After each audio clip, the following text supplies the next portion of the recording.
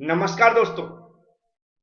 सोचिए, यदि किसी सब्जेक्ट में पास होने के लिए 22 नंबर की जरूरत हो और उस सब्जेक्ट में 10 नंबर के ऑब्जेक्टिव क्वेश्चन पूछे जाते हों, तो आप लोग ऑब्जेक्टिव क्वेश्चन की इंपॉर्टेंस समझ सकते हो। इसलिए हम लोग कोशिश कर रहे हैं कि जो सब्जेक्ट हैं जिनमें ऑब्जेक्टिव क्वेश्चन पूछे जाते हैं उनको चैप्टर वाइज बिल्कुल ऑब्जेक्टिव क्वेश्चन तैयार कर लें, जिससे हम लोगों के जो फेल होने के चांस हैं वह 0% हो जाएं। और जो सब्जेक्ट है आज का वह है थर्मल इंजीनियरिंग सेकंड। इसका जो सेकंड चैप्टर है प्रॉपर्टीज ऑफ स्टीम, इसके कुछ इंपॉर्टेंट ऑब्जेक्टिव क्वेश्चन हम लोग आज देखेंगे। याद रख के थ्योरी हम लोग पढ़ चुके, यहां पर सिर्फ हम लोग प्रैक्टिस कर रहे हैं, क्वेश्चन को समझेंगे और उसमें जो उसका आंसर होगा उस पर टिक करेंगे।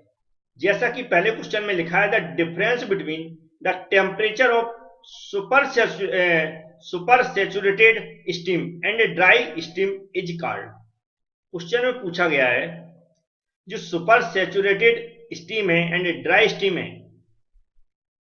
इनका जो टेम्परेचर है उसके बीच में जो डिफरेंस होता है वह क्या कहलाता है? तो यह कहलाता है डिग्री ऑफ सुपर हीटेड। क्या कहलाता है? Degree of super heated. मतलब हमारा जो डी वाला ऑप्शन है वह राइट हो जाएगा। इसको मैं ग्रीन कलर से हमेशा हाईलाइट करता हूं, तो इस तरह जो ग्रीन कलर से मैं हाईलाइट करूंगा आप समझ जाएंगे कि यही वाला ऑप्शन राइट है। नेक्स्ट क्वेश्चन में लिखा the value of dryness fraction. जो ड्राइनेस फ्रैक्शन है उसकी वैल्यू पूछ रहा है, इसके लिए ड्राई सैचुरेटेड स्टीम। जो ड्राई सैचुरेटेड स्टीम है इसके लिए जो ड्राइनेस फ्रैक्शन है इसकी वैल्यू कितनी रहती है? 1 रहती है।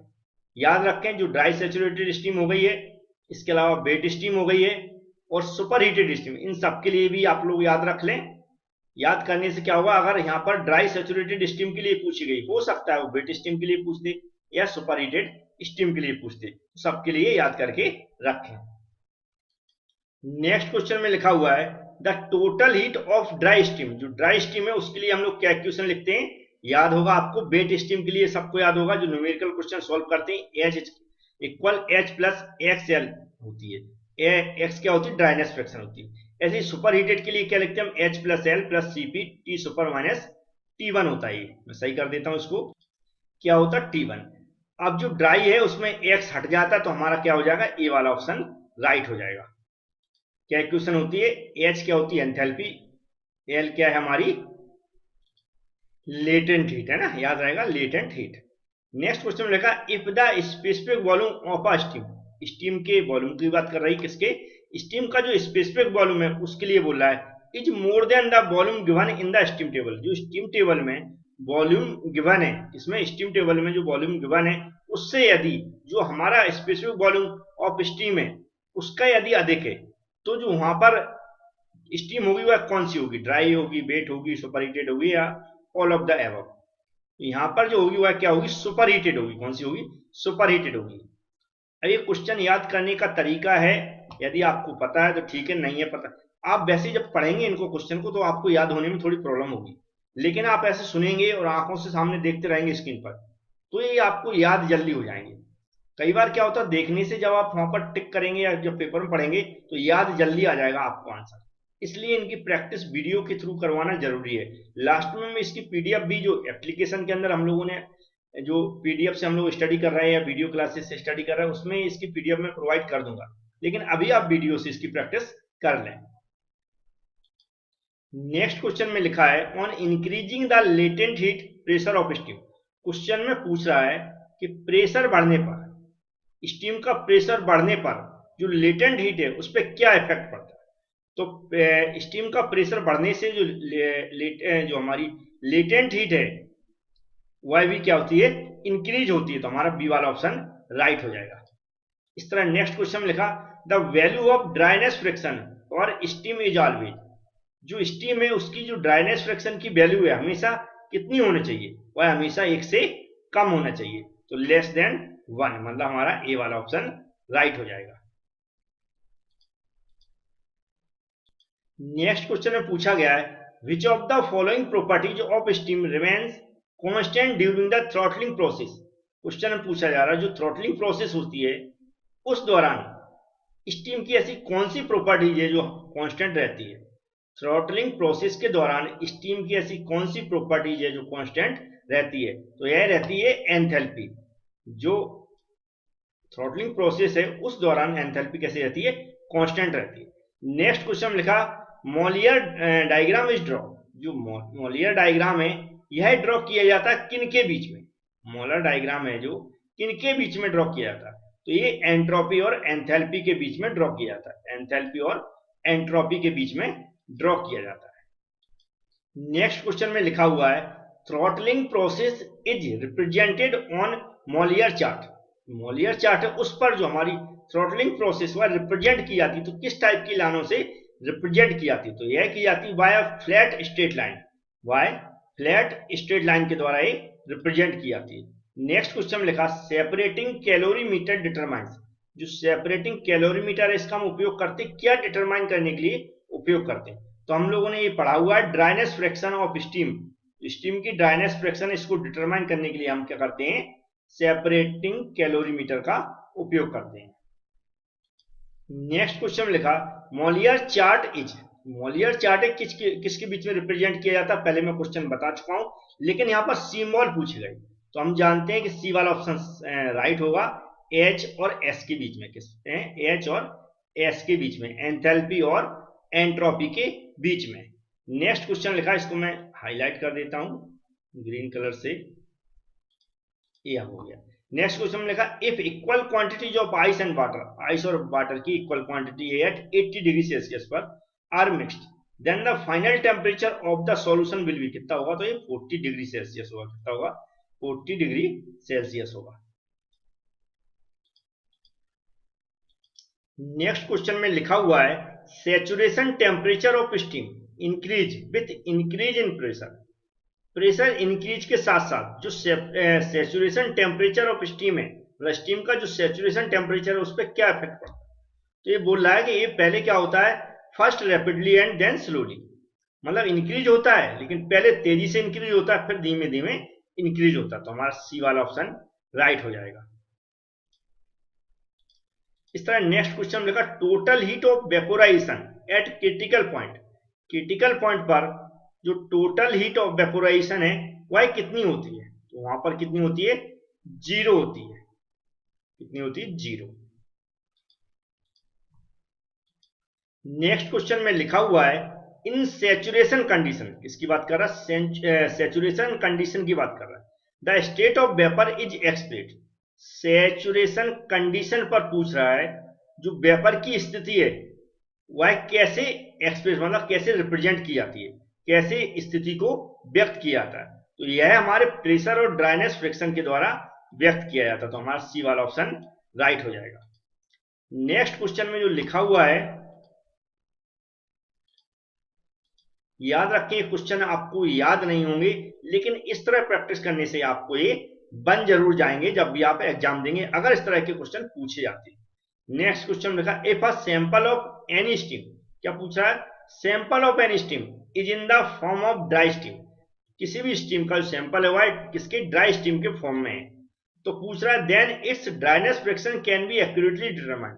तो उसकी जो ड्राइनेस फ्रैक्शन है वह एक्यूरेट किसके द्वारा डिटरमाइन की जा सकती है? तो ये की जाती है सेपरेटिंग कैलोरीमीटर द्वारा। किसके? सेपरेटिंग कैलोरीमीटर द्वारा। ए वाला ऑप्शन राइट हो जाएगा। नेक्स्ट क्वेश्चन पूछ रहा है if the weight of any dry steam, क्या पूछ रहा है? Weight of any dry steam के बारे में पूछ रहा है। Is X and the weight of water present in the steam is Y. मतलब जो हमारा वेट ऑफ ड्राई स्टीम है इसको रिप्रेजेंट किया जा रहा है एक्स के द्वारा और वेट ऑफ वाटर है इसको रिप्रेजेंट किया जा रहा है वाई के द्वारा। तो जो एक्स और वाई के द्वारा जो रिप्रेजेंट किए जा रहे हैं उनको पूछ रहा है then the value of dryness fraction. तो जो ड्राइनेस फ्रैक्शन है उसका क्या फॉर्मूला बनेगा या क्या वैल्यू होगी? तो यह होगी हमारी x बटे x प्लस वाई। क्या होगी? x बटे x प्लस। तो इसको हम क्या करेंगे? हाईलाइट कर देंगे। नेक्स्ट क्वेश्चन में कहा specific volume of steam decrease with increase in pressure. Pressure increase होने के साथ साथ जो specific volume of steam decrease होता है, लेकिन कैसे डिक्रीज होता है? तो इसमें जो डिक्रीज होता है स्पेसिफिक वॉल्यूम वह first rapidly and then slowly, पहले तेजी से फिर धीमे धीमे। तो हमारा बी वाला ऑप्शन राइट हो जाएगा। जो भी क्वेश्चन मैं करा रहा हूं यदि आपको पसंद आते हैं तो वीडियो को लाइक जरूर कर दिया करें। लाइक से आपका कोई भी प्रॉब्लम होने वाला नहीं है, ना कोई नुकसान होने वाला, ना कोई पैसे कटने वाला है अकाउंट से। लेकिन जो आप लाइक करते हैं उससे हमारी रेटिंग बढ़ती है। ऑलरेडी यदि आपको हमारे चैनल से फायदा मिलता है तो वीडियो को लाइक जरूर कर दिया करें। और चैनल तो मैक्सिमम लोगों ने सब्सक्राइब कर रखा है। 6 सेम तक पढ़ना है, उसके बाद आपको बीटेक करना है या फिर अदर कोई गवर्नमेंट की तैयारी करना है तो कंटिन्यू आप हमसे जुड़े रहें। जो बेल आइकॉन है उसको तो हमेशा ऑन करके रखें, हो सकता है आपकी काम की वीडियो आने वाली हो।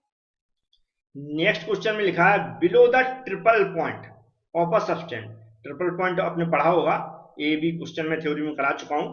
थ्योरी मैक्सिमम आपको ए बी क्लास एप्लीकेशन में मिल जाएगी, जो भी पीडीएफ वगैरह लेक्चर है, वीडियो लेक्चर सब कुछ मिल जाएगा और यूट्यूब चैनल पर भी मिल जाएगा। तो आप उसकी टेंशन न लें। ए बी क्लास एप्लीकेशन से विद पीडीएफ कोर्स चाहिए या सिर्फ पीडीएफ नोट्स चाहिए तो डिस्क्रिप्शन बॉक्स में देखेंगे, स्टार्टिंग में एक वीडियो मैंने बना दिया, उस वीडियो को अच्छे से देख लें, उसमें सब कुछ बताया गया है।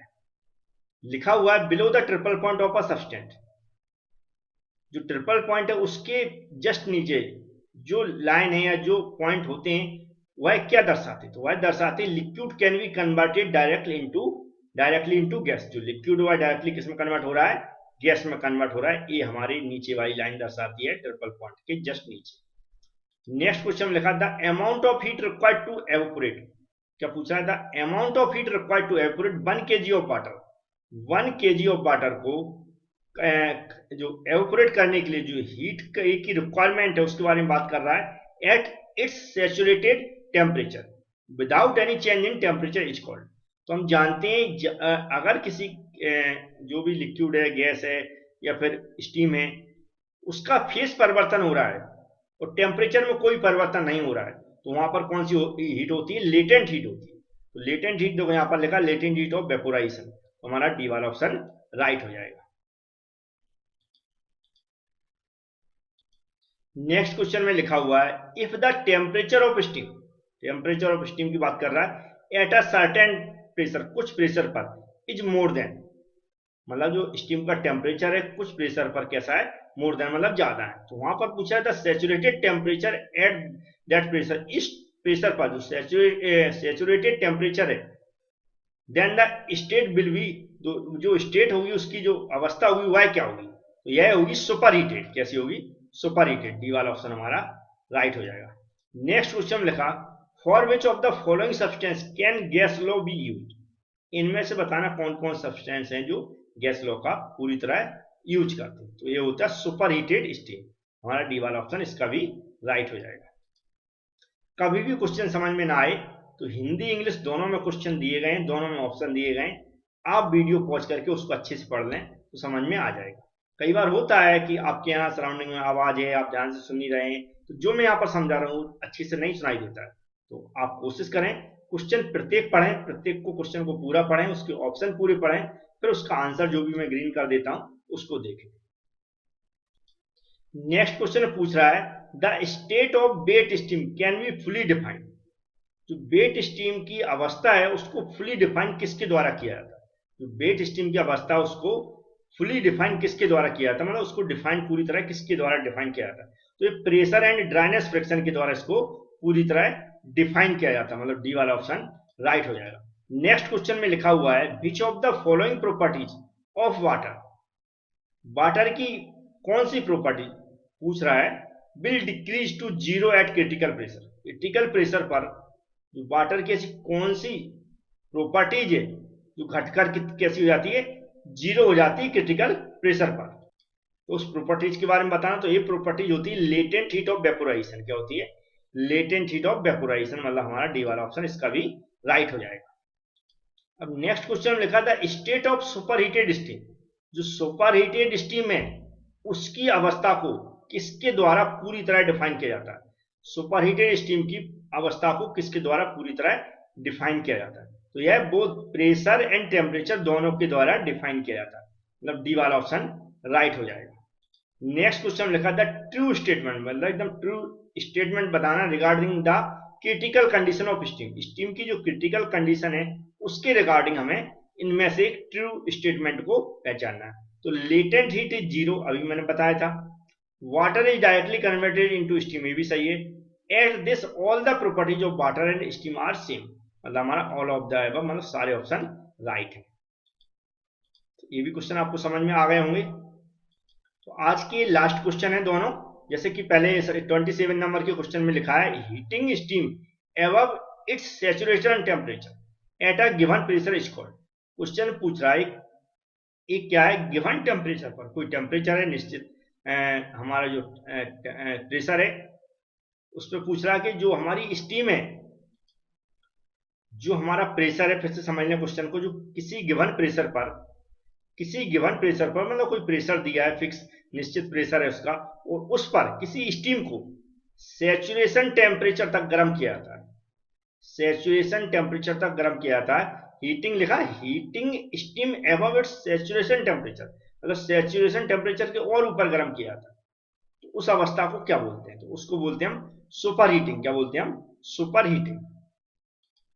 नेक्स्ट क्वेश्चन लिखा the difference between the temperature of super heated steam, difference पूछ रहा है, अंतर बताना हमें temperature of super heated steam and dry saturated steam, इन दोनों के बीच में जो डिफरेंस है एट अ गिवन, किसी गिवन प्रेशर पर, तो क्या कहते हैं उसको? तो इसको बोलते हैं डिग्री ऑफ सुपर हीटेड। क्या बोलते हैं? Degree of super heated. C वाला ऑप्शन इसका भी राइट हो जाएगा। तो उम्मीद है इस तरह के क्वेश्चन 15 से 16 मिनट का जो वीडियो है काम के होंगे आपके सभी सब्जेक्टों की। मैं कोशिश कर रहा हूँ कल से और स्पीड बढ़ाऊंगा, आपको ज्यादा से ज्यादा सब्जेक्टों के ऑब्जेक्टिव क्वेश्चन मिले। थ्योरी बहुत सी में पढ़ा चुका हूँ, तो वो जो भी प्लेलिस्ट बनी हुई है सब्जेक्ट वाइज उसमें देखते रहें। Thank you friends.